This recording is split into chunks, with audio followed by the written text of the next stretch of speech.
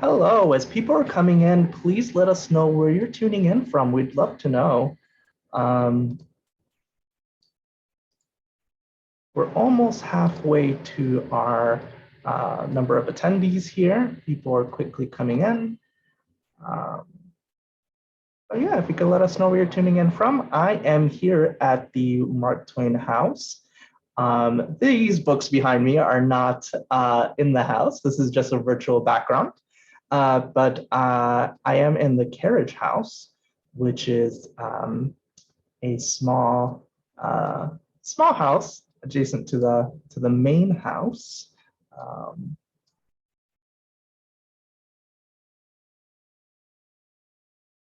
Have someone from Long Island, someone from Maine,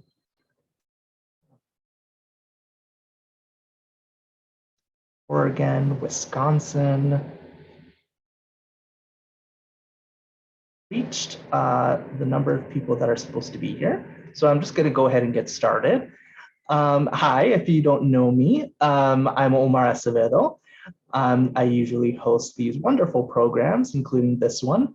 I'm the literary program coordinator at the Mark Twain House and Museum right here in Hartford, Connecticut. And I'm delighted to host today's program for Stolen. First, I need to thank our sponsors. Our virtual programs are produced in part with support honoring the late Frank Lord. We are happy to honor his memory with these programs. We are also incredibly grateful to the Wish You Well Foundation and Connecticut Public WNPR for supporting all of our virtual programs.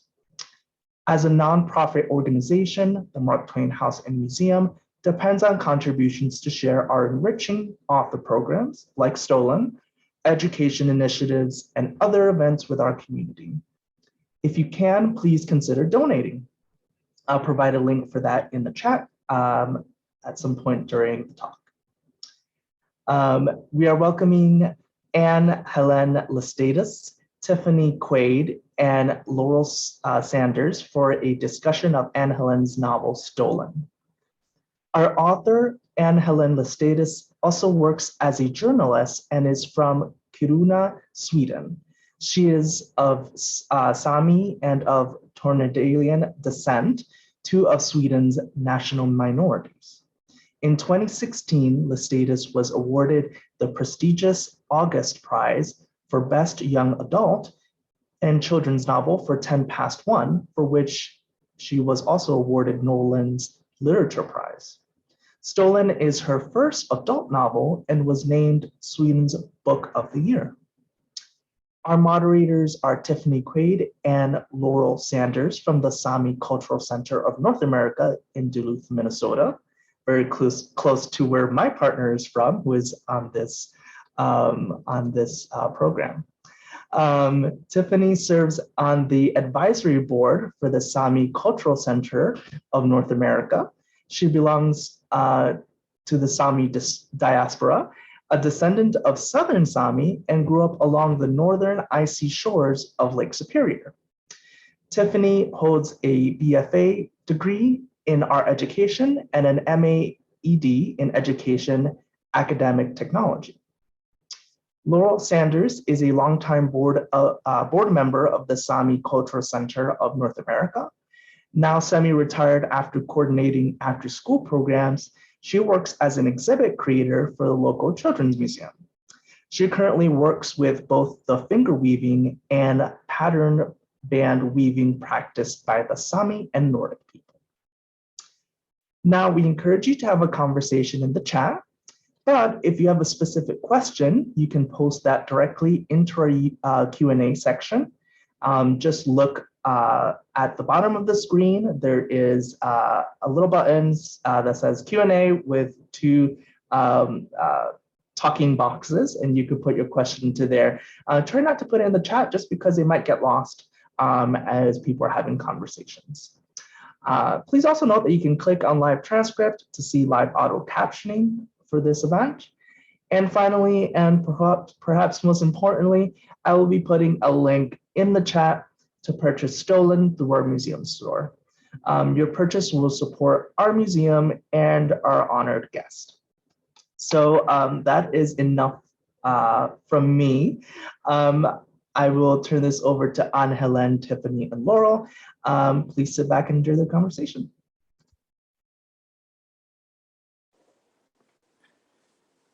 Wonderful. Thank you so much, Omar. So I'm Tiffany Quaid. I use she, her pronouns, and I'll get us started here. Thank you, Ann-Helen and Laurel. So could you start us off by giving a summary of your book, Stolen, and a little taste of the story? Yes, it's a story about reindeer herders who lives high up in the north of Sweden. The area that I have written about is kind of secret. I haven't actually named the villages or the cities that I write about because it's such an sensitive story, and I have to protect the reindeer herders that I have been interviewing and meeting up with when I wrote this book. So the book is about reindeer herders that get their reindeers killed, and the police aren't doing anything. And my main character is a young girl named Elsa, and the book starts off with her skiing into the forest to the reindeers. Her family isn't aware of the fact that she's going there all by herself. And when she gets there, she sees a man with a knife in his hand, and he has just killed one of her reindeers, Nastegallo. And this is a brutal awakening for her. She is forced to understand that people are hating them because they are Sámi and because they have reindeers. And this man threatens her, and she doesn't dare tell anyone in her family. So then the book, first you get to follow her when she's 9 years old, and then she's in her 20s, and she still hasn't told anyone what she saw when she was a young girl. But now she's a young woman, and she's fighting to get help to her family and her relatives who are in the Sámi, as it is called, the area where you have the reindeers. So yeah, that's a short summary of the book. Great, thank you.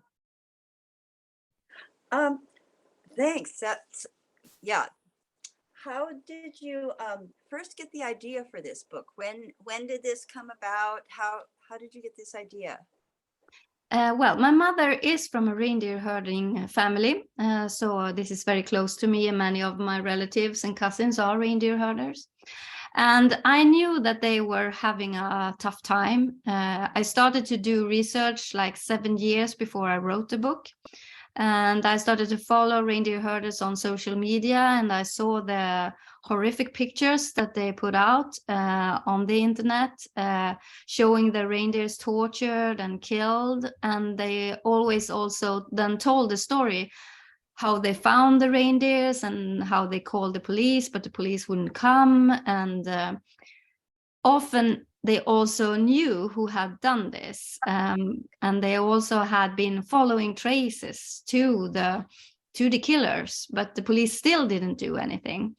And I started to go out with the reindeer herders in the forest and in the mountains, and I also did a lot of interviews, and it was so heartbreaking to hear them talk about the reindeers, because the reindeers isn't a work for them. It's not a job, it's their lives. And this is a way for these men to hurt the Sámi people, because they can't go out and shoot the Sámi, but they can go out and torture a reindeer or kill a reindeer, or steal a reindeer.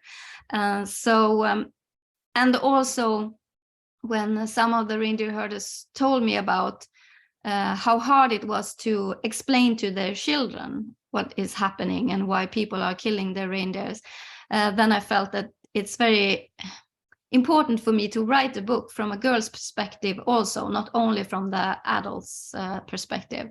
And then I met with a reindeer herder. Her name is Sarah, And she gave me 100 police reports that her Sámi had made for some years, and the police hadn't done anything. And this was like kind of the proof that I needed, that this is actually happening. This isn't something that everybody's just talking about. This is hard proof. And then I sat down and started to write. That was one of the reasons. And another reason was because I knew that a lot of reindeer herders were feeling like they were mentally ill. They were afraid. They were feeling angry, and there were a lot of emotions, but they couldn't speak about it. Especially the men, who has to be so strong and powerful. And that was also a reason for me to write a book, because I want us to start to talk about the things that are hard in our lives. Wow, thank you. So previous to this book, you had written for young people very successfully. Did you first decide to write Stolen, or did you decide first that you were going to write an adult book, or how did you make that transition? Yeah, I've been thinking about writing for adults for a very long time. I would say like 15 years. But I started a series about a young girl named Agnes, who is a Sámi girl, and I wanted to finish that first. And then I started to write a book about the big things that are happening in Kiruna. I don't know if you know this city at all, but we have a big iron mine there, iron ore mine, I think it's called. And because of that, most of Kiruna has to be torn down. We have to relocate and build a new city. And I started to write youth books about that, the feelings about losing your places and the city in transformation. But I always had this idea that someday I want to tell a story for the adult audience. And I knew that it was going to be hard and a bit brutal in a way. So I knew that this had to be for adults. I couldn't write like I do in Stolen because I don't want children to read that kind of book. But I do know that in some schools where there are a lot of Sámi children, the teachers are reading these books loud for them because they say this is their everyday life. They are dealing with this, and it's so good for them to see it in a book. And that was also a big reason for me to write this book, because I wanted the reindeer herders to get their story out there. Social media has been really great for them, because now they don't have to wait for some journalists to be interested enough to come and write about the dead reindeers. They can put out their story whenever they want. But I wanted to write this book so I could give them a bigger voice. And so yes, it was absolutely natural for me to go over to writing for adults. So I'm glad I did, because the story would have been so hard to tell for young people. Yeah. Oh, thank you. Yeah, Tiffany, you had some questions? Yeah, so you talked about your research and that you were considering, 7 years even before writing this. So if you could even talk maybe about how you performed that research. You talked about going into the forest and the mountains, but then what was your process of synthesizing these collective stories into one narrative? So how did that generate, into the fictional story then? Well, as I said, I was a little bit scared for the reindeer herders. I was scared that they would get into trouble, that the men who are killing reindeers would get mad because they have told me what is happening. And so I had to think about how to write it a lot. Gathering all this research that I've done, how much of it could I use as it is? How much did I have to alter and make it more fictional? So it was always a constant going back and forth. Can I write this? Should I not write this? And I also let the reindeer herders read everything before it was published. In the end of the book, I thank all of the people who has been helping me, and some of them didn't dare have their name in their book.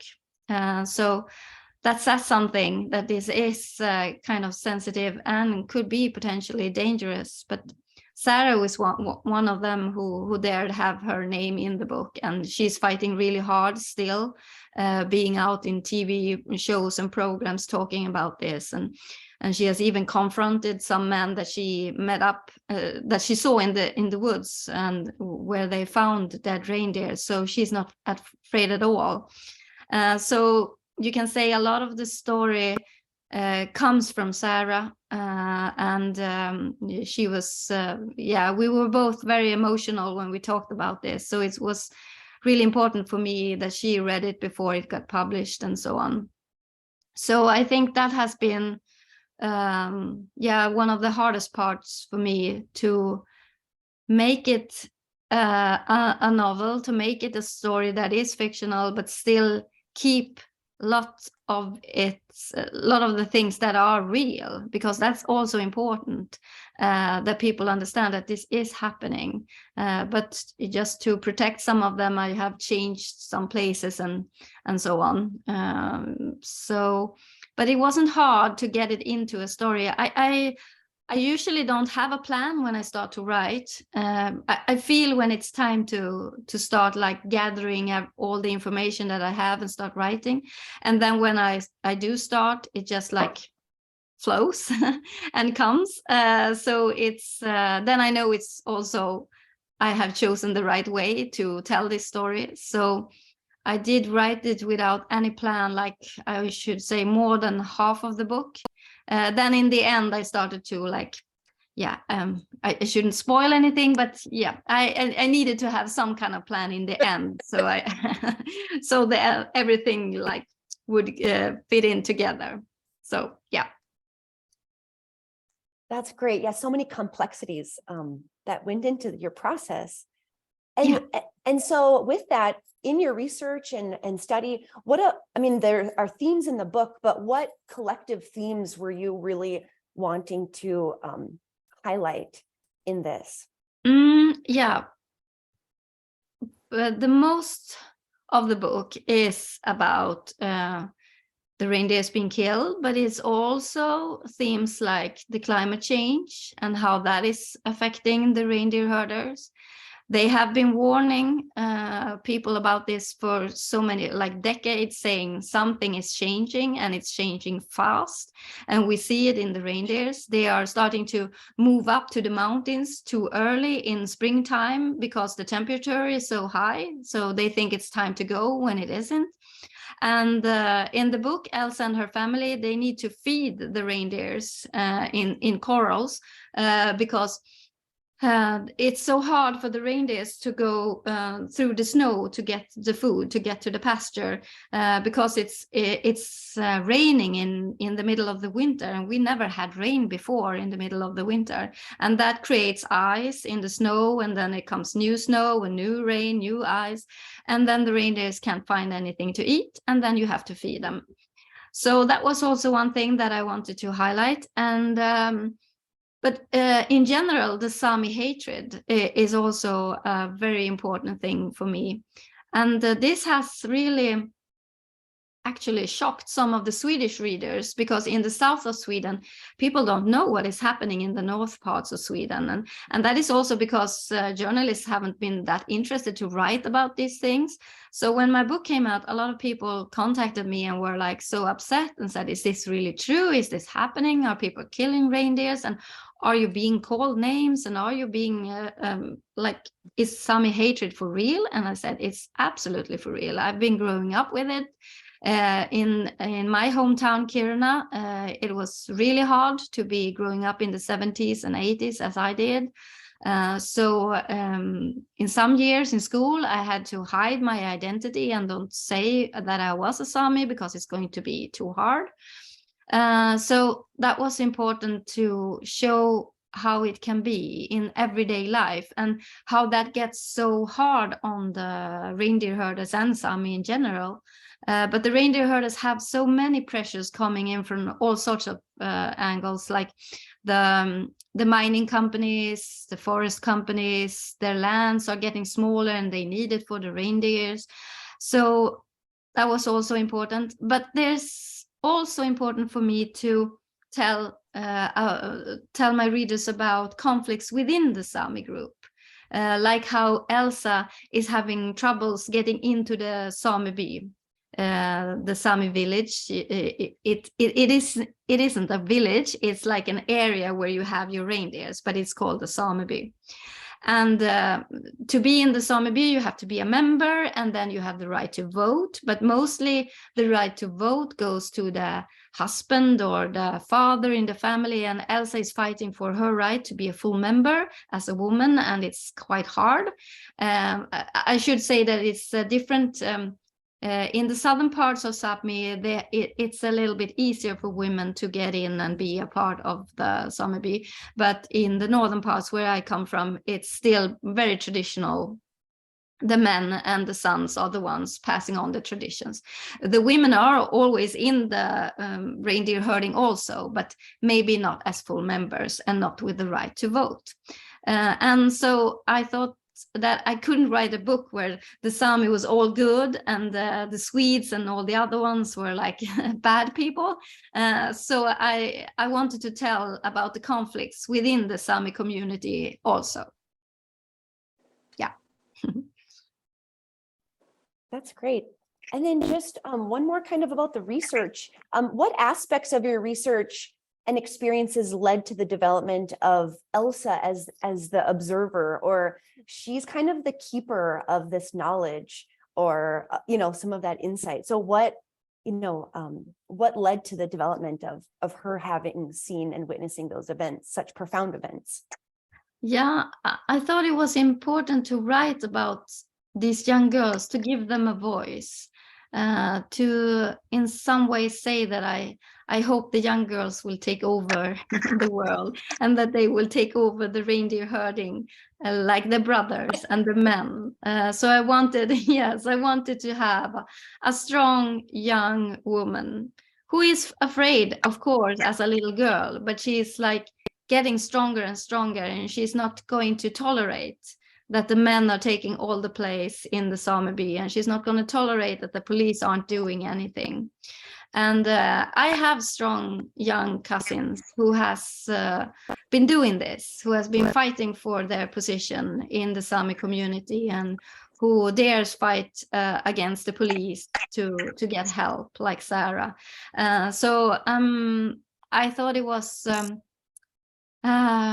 really important to show this side. And also I think it's kind of interesting also to like shift the perspectives, because Elsa's big brother Matthias, he's the one who's supposed to be the strong one, the one who is going to pass forward the traditions and take over after the father. But he's like hesitant, and he's very he's sad actually, but he never tells anyone. And instead, it's Elsa who has the drive, and she's the one who wants to be the reindeer herder. And he's maybe not that into it, but he has to, because it's his role as the oldest son in the family. So that was also something that I wanted to explore and write about. So yeah, I'm rooting for the girls and the young women in Sápmi. That's great. Yeah, Laurel, did you have a few more questions? Your description, yeah. Your descriptions of the reindeer are so effective. I can almost like feel them and hear them and touch them. Can you explain how you would be able to do that so powerfully? Well, I've been out with the reindeers since I was a little child. But now when I did this research, I was out with them in another way, because when I was a child, mostly the reindeers were more free and you couldn't get that close. But today, when many of the reindeer herders have their reindeers in corrals, you can get really, really close. And I really used that opportunity when I was with the reindeers to like really look them in the eyes and feel their fur and really, yeah, try to be in the moment. And I also were very moved and touched by the stories that I was told, and I could see the reindeer herders tearing up when they were talking about how much the reindeers mean to them. So yeah, I used a lot of their stories, and then this is something that also comes very naturally to me because I've always been around it, but not this close as I had the opportunity to do now. So it was very special also for me, and I can really understand how they get this connection with their reindeers. As Elsa do in the book, she gives her reindeer a name, Nastagallo,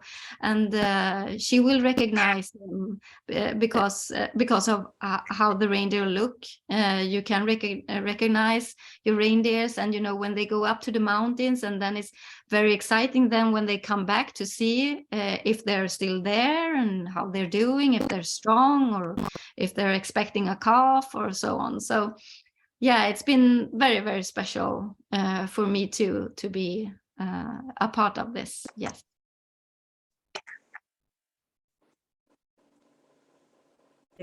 We're getting some interesting comments. We're getting some interesting comments, so I hope we can address some of them. I'm just seeing them. Yeah, great. Yeah. One person was saying she loved that image of you using that ear as a treasure, as a token, as a reminder. Yeah. How powerful that ear was as a symbol. So yes. Yes, the marking of the calls is very important, and that is also one thing that the reindeer killers do. They cut off, if they leave the reindeers, if they just torture them and leave them there, they make sure that they cut off the ears, so no one can claim that they own the reindeer. So this is so like vicious and so just awful. So for Elsa to being able to get the ear of Nastagallo and keeping it, it's so important for her, because in some way it's like the reindeer is still there with her when she has this part of him. Yeah.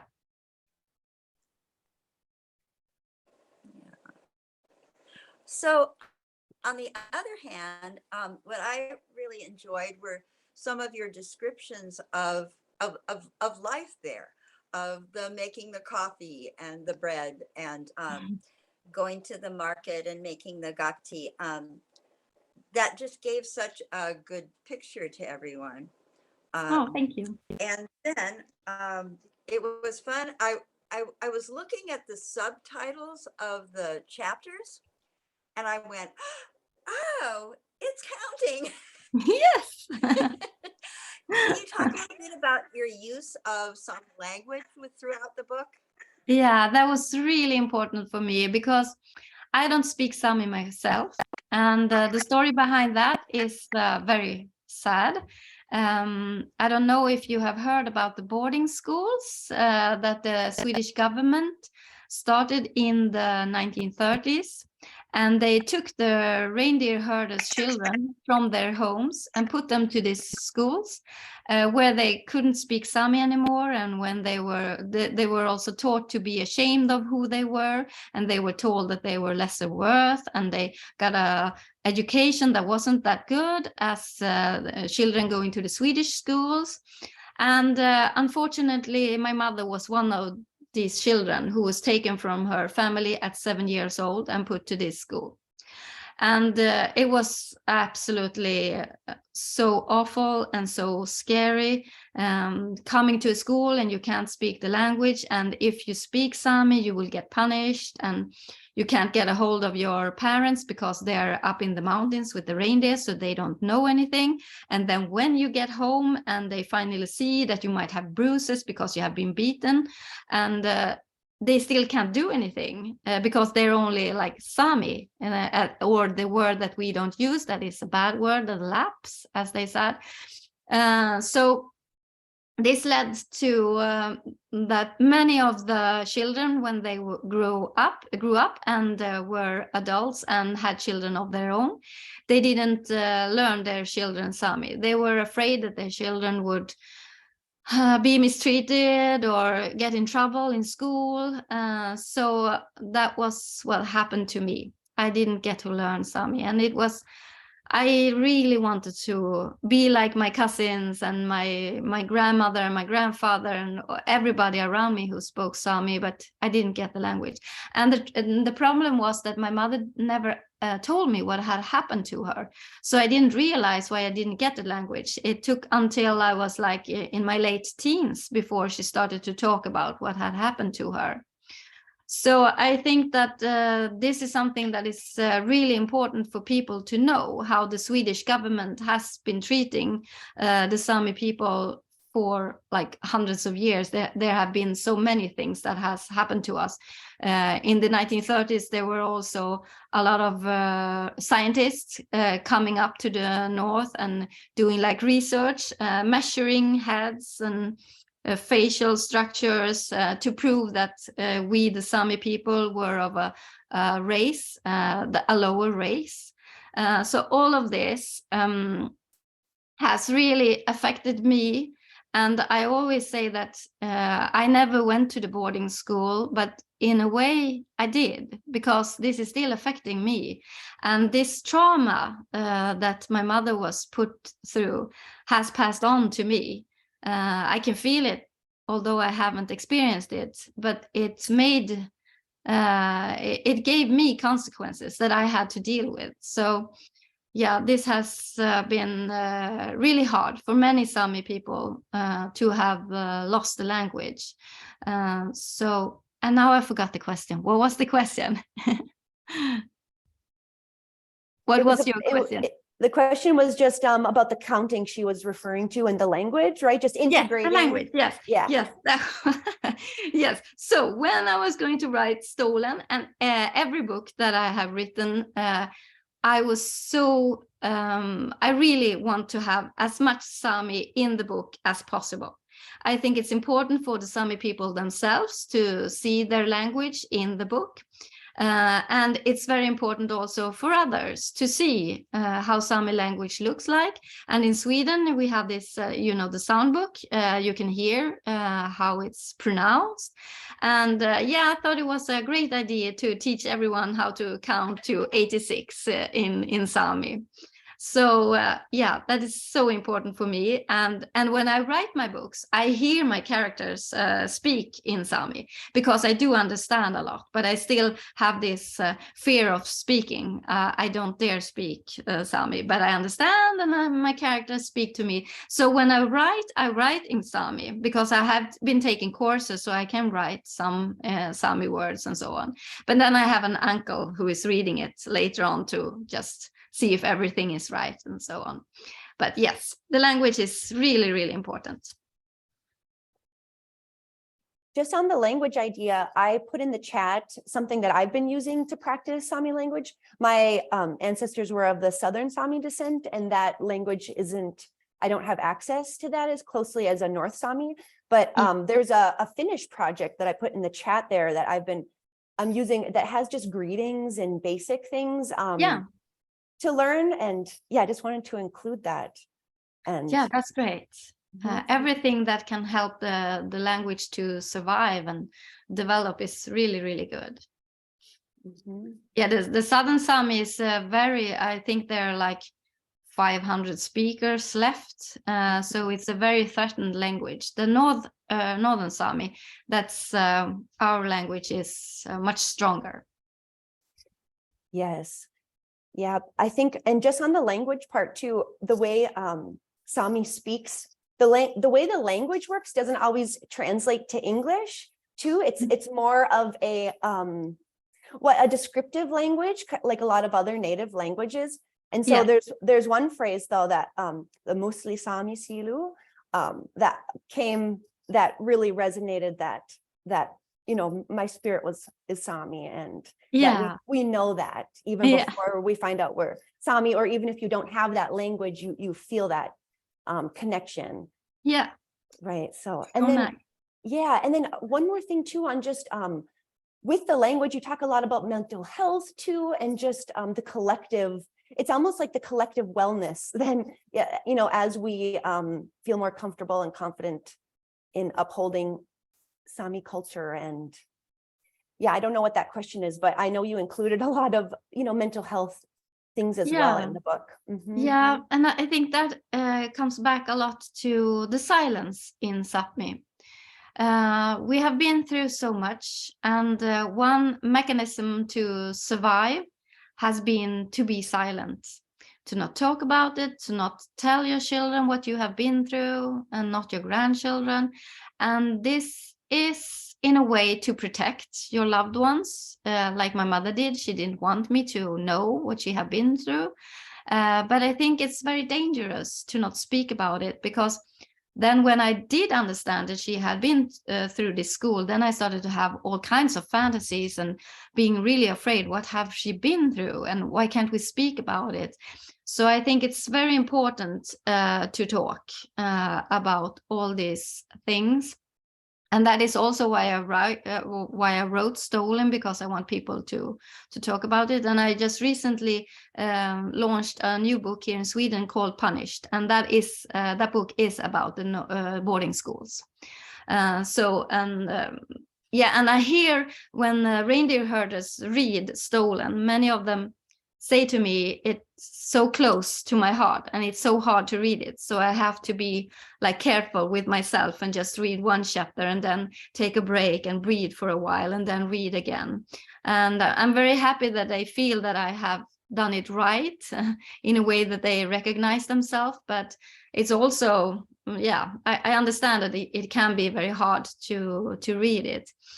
So the mental illness problem is big. Every Sámi knows someone who has committed suicide, either in the family, in among your cousins, your relatives, your friends. We are a very small, like we aren't that many, so everybody kind of knows someone. Yeah, that's very sad. And I think the problem is that we don't talk about things, and especially among the young men and the reindeer herders who are men, who are believing that they have to be so strong and they have to be so macho and they can't show their feelings and they can't speak about how scared they are or how tired they are or how everything is just breaking them. So yeah, that is very, very sad. But I also mention a place in Norway that's called Sanks. That is a special hospital for Sámi people, because that is also a problem. When you as a Sámi go to the doctor and seek help, they don't understand the way of life. They don't understand the reindeer herding and how it works, and why you just can't take off and go for a trip abroad and just breathe and have a good time. You can't. You have your reindeers. You have to be there. So that was one thing that I also wanted to highlight in the book, that there is help to get, and I want people to do that. Ask for help.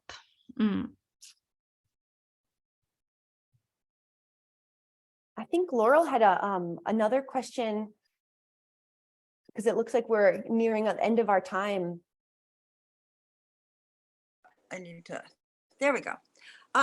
Yeah, I have one quick thing is the Nordic Book Club in Duluth here actually is reading your book as their monthly selection. Oh, wow. And I really appreciated that you have a book discussion questions at the end. So thank you for doing that.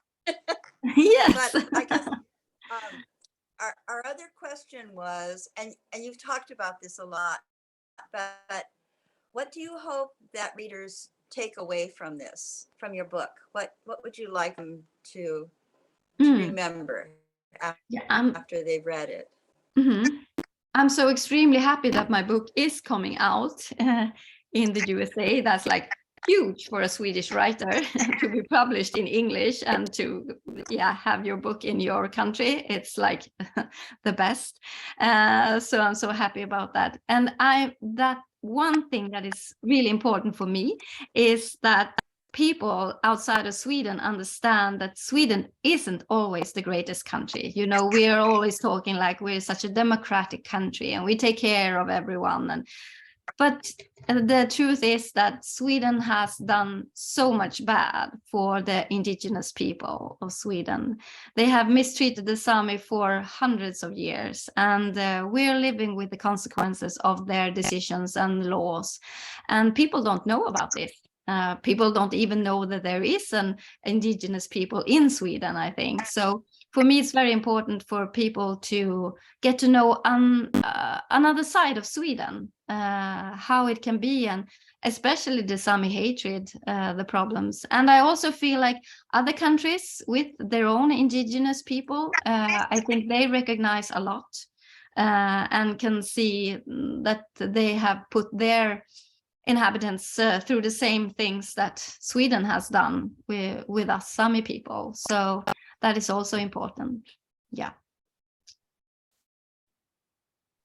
Thank you. Yeah, my children are Ojibwe, and so many of these things, the language loss and the boarding schools are very common, and to them too. Yeah. Yeah, I know. I hear that a lot when I speak. Thank you so much for writing this. Powerful. Yeah, thank you. Yeah, that's wonderful. Yeah, my husband and children are also Ojibwe, and then we found out later that my husband is also Sámi, and more Sámi than Ojibwe. So our children are, and he's more of the Finnish. So he's more of the Finnish Anishinaabe, or Finnish-Nabe, they call them here. And then, but our children are more Sámi than we are. So I just like, and so they're very, it's, there's the revitalization and that energy that's coming. And so I just really appreciate too how you tell the difficult story. It's not easy to say, but this is what that healing and what reclamation and reclaiming, reclaiming that looks like. So yes, very important. Oh, you should both come to Sápmi. Yes, please, let's connect. Yes. I have done some research of where my family is from too, and where they moved around, and so it's fascinating, to look, because we have to dig too. Our family purposely doesn't want to talk about these things, like what you said. So the researchers of the family find these, So. Wow. Oh, I hope you get the opportunity to come to Sápmi sometime.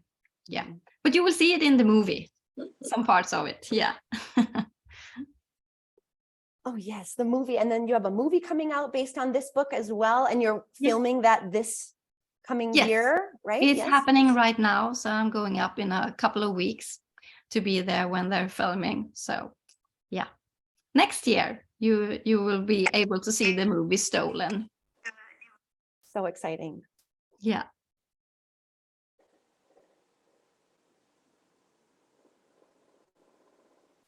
How long did it take you then from when you started the book, even just writing? So you talked about, 7 years of research. Just how long did it take then until you finished writing the book? Well, I think I wrote it in just about a year, the first manuscript. And then I went to an agent and had her read it. And she liked it a lot. And then she went out to the Swedish publishers. And so there were a lot of publishing houses here in Sweden that wanted to give out the book. And then I had Romanus-Selling, as they are called here in Sweden, who is giving out the book here. And then I, did some editing for 6 months or so. So I think 18 months maybe it took me to write the book. So it's kind of fast, I think. But it's usually in that way when I start to write, because I'm a journalist also, so I'm used to writing quite fast. So often when I write my books, they're very that's gonna happen and that's gonna happen and that, and then I have to go in afterwards and what kind of weather was it, what were they wearing, and putting in these things that gives it more environment and what is happening around my character and so on. So yeah, I always have to go home to be able to write my books. That is very important for me. I have a special stone that I stand on next to the river, Lainioelven, that floats just outside my parents' village where they come from. And when I stand on that stone that is pretty big, like a rock, things happen. Like I hear characters start talking in my head, and I get dialogues, and I see events, and so it's so powerful for me to be out in the nature, to be there where my ancestors have been before me, and all my ideas come from there. I have to be there to hear the language and to meet my relatives. My grandmother is 92 years old. I need to hear her stories, and my mother is a fantastic storyteller, and that is also she's a big part of me writing, because she has always been telling me stories since I was a little child, a lot of scary stories also, but they made me want to be a writer. So coming home is absolutely essential to me. So when I was had written Stolen, I was going to write the next book, start to write it immediately, but it was during the pandemic and I couldn't go home, and it was absolutely silent in my head. I didn't hear anything, I didn't feel anything. So I didn't write for like over a year until I had the opportunity to go home again and stand on my rock. And then it was like a flood coming in, and I knew that I had to write about the boarding schools and my mother's story. Now I'm going to write the third book here in Sweden. So I'm really have high hopes for the stone this summer to help me again. Oh. I know another question that we haven't talked about is, how did you come to the title of your book? And when in your process did you come to that title? Did you have that title right away, or did that come later?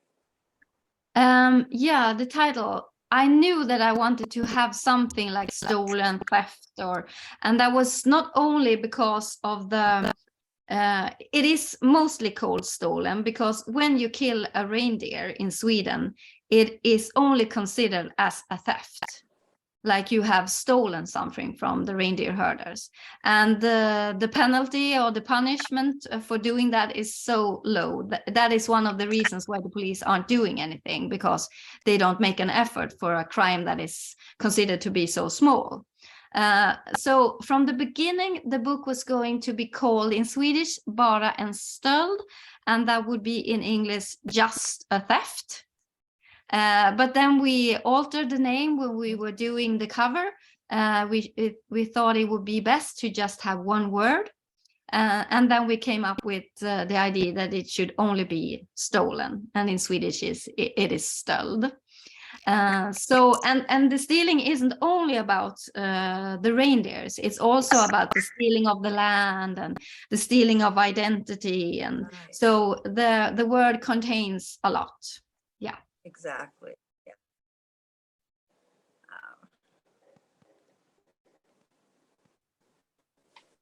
Hi, would we like to move Do we to the have Q&A section?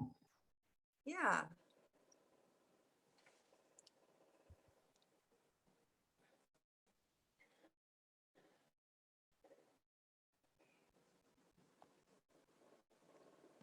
I can manage that for you all, since you've been since Tiffany and Laurel have been talking for a while now. Sorry, Ann-Helen, we're gonna have to keep you talking for a little while longer. Yeah, it's totally fine. I'm happy to speak with you. Yeah, so let's see. We have a lot of questions here. Andrea has a question. Has the Swedish government put in any new protections to protect the Sámi, since you have raised awareness? The Sámi themselves, or yourselves, or the herds as well? At the same time as my book came out, there was also a big TV channel here who did 2 programs about this, and they interviewed Sarah, among others. And after that program, they were really hard on the police also, and also exposing one of them of having some kind of, racist thoughts about the Sámi people also. So it was quite bad. After my book and their shows, there have been a slight change, I would say, because before that, the police almost never came, but that summer, the police even took a helicopter to go and see when some reindeer herders had found their reindeers dead, and that has, as far as I know, never happened before. And also there is one authority here in Sweden that has started a kind of investigation to see how big problem the Sámi hatred is and how it is connected to the killing of reindeers. So I'm very happy about that. Excellent, great to hear. Barbara is wondering, what has been the reaction to your focus on women becoming full members of the inner circle of Sámi herders? Well, I think many Sámi women that I have been talking to are very happy that this is brought up, because it's hard to talk about, and you don't want to fight with your cousins and neighbors and the people you are in the Sámi bee with. But so they have been very thankful that this is being written about. At one point, that is also why I emphasize that in the southern parts of Sápmi, there is a little bit easier for the Sámi women to get in, because there was a woman who reached out to me and said, hey, we in the south are not that bad. We're doing it a little bit better. So I think it's that's one comment that I have gotten, that it's always like this when you write about the Sámi, like everybody wants to recognize themselves and everybody wants it to be right. We are a people that live in a quite big area and we speak different languages, and so it is possible that it can be different from different parts of Sápmi. There's also another question about Sámi culture shifting away from reindeer herding in an effort to find other ways to survive. Have people moved from the traditional ways? I'm sure they have in the last hundreds of years, but what have you seen recently? Many reindeer herders have to do something else, and many times the woman in the family have another job. So they have an extra income, because it's hard to live only on reindeer herding. And there are also many reindeer herders that do some kind of tourism thing. They offer like people to come out and see the reindeers, or maybe they take them out for like hunts or fishing or that kind of things. So yeah, you have to do something else also, because it's not that common to be only a reindeer herder. You have to have some kind of income besides that. Yes. Well, speaking of things like that, Pam says she was reading about large bus groups visiting Sámi in Norway. Now, whether you are of Sámi diaspora or not Sámi descendant at all, what are the culturally sensitive small group ways to visit the communities? I'm not really sure if I understand the question. If I see any problems with that or what? Do you think that there are any ways for people to go to see the communities and be very respectful ways? Okay. Mm-hmm. Yeah. I describe a little bit of this in the book, where Elsa goes to the Jokkmokk market. That is the biggest market for Sámi people that has been going on for like, I think it's 400 years now. Many hundred years. And when people come there, they are some people are very like, oh my God, I'm going to see Sámi people, I'm going to touch reindeers and being like that. And that is something that I also describe in the book. And that can be a bit annoying, of course. But I think if you have some kind of, if you come with a bus, hopefully you have been talking to a Sámi bee or some Sámi organization before, so they can make the visit more, from their perspective, so they can help out, so you don't just wander in and do your own thing. So maybe you have to do it respectfully, I think. But there are sometimes really much prejudice about what a Sámi is. You know, if I put on my Sámi gakti, the Sámi dress here in Stockholm, and I'm standing like in a bus stop or in the subway, there's always someone coming up to me saying, oh, do you need help? Don't you know where you're going? They just can't believe that a Sámi is wearing a gakti in Stockholm and actually living in Stockholm, because they think they have to be somewhere far up in the north, being with the reindeers. So that is also important to know that not all Sámis have reindeers. Many of us haven't. So yeah.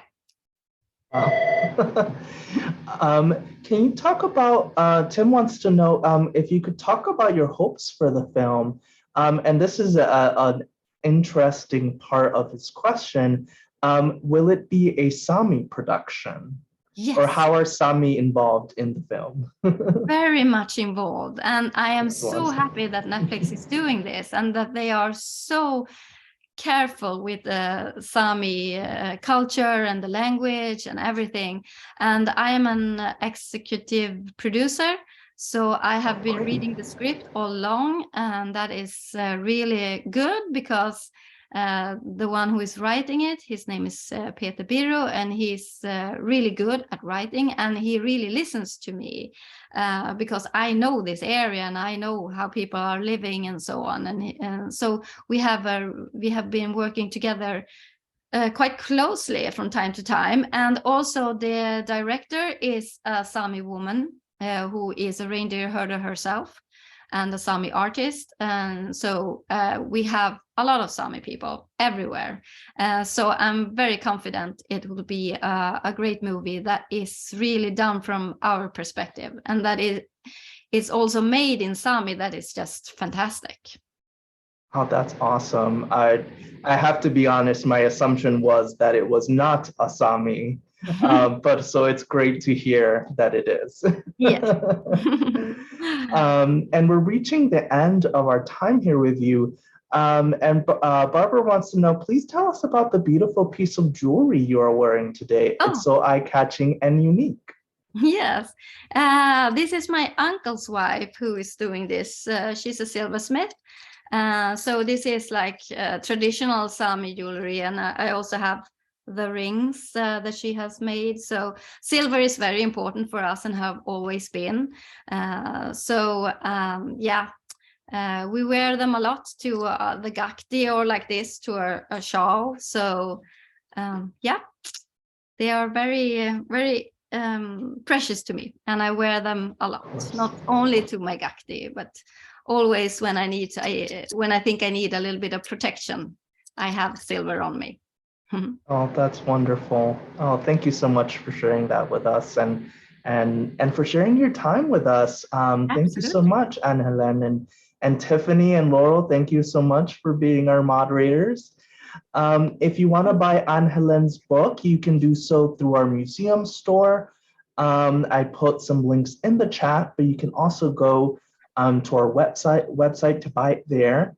And I'm sure you saw some of our future programs while you were waiting in the waiting room, but I'll highlight a few now as we're closing up. On March 16th, we will host Yevgenia Belorusets for War Diary, which explores life in war-torn Ukraine.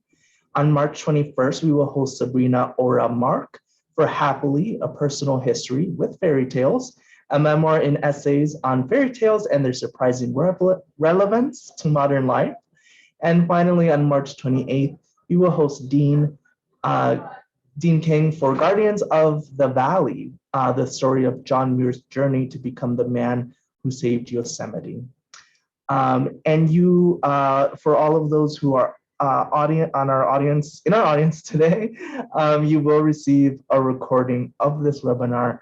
I will probably send it out later. I have a meeting immediately after this, so it'll be after that. Again, thank you so much to Tiffany and Laurel, and of course to Ann-Helen for your time with us today. Thank you. Have a great, yes. Have a great day to those of us in the US, and have a great evening to you, Ann-Helen. Yes, thank you very much. Ologito, as you say in Sámi. Thank you. Ilolash viaiviboa kaitam. Yeah.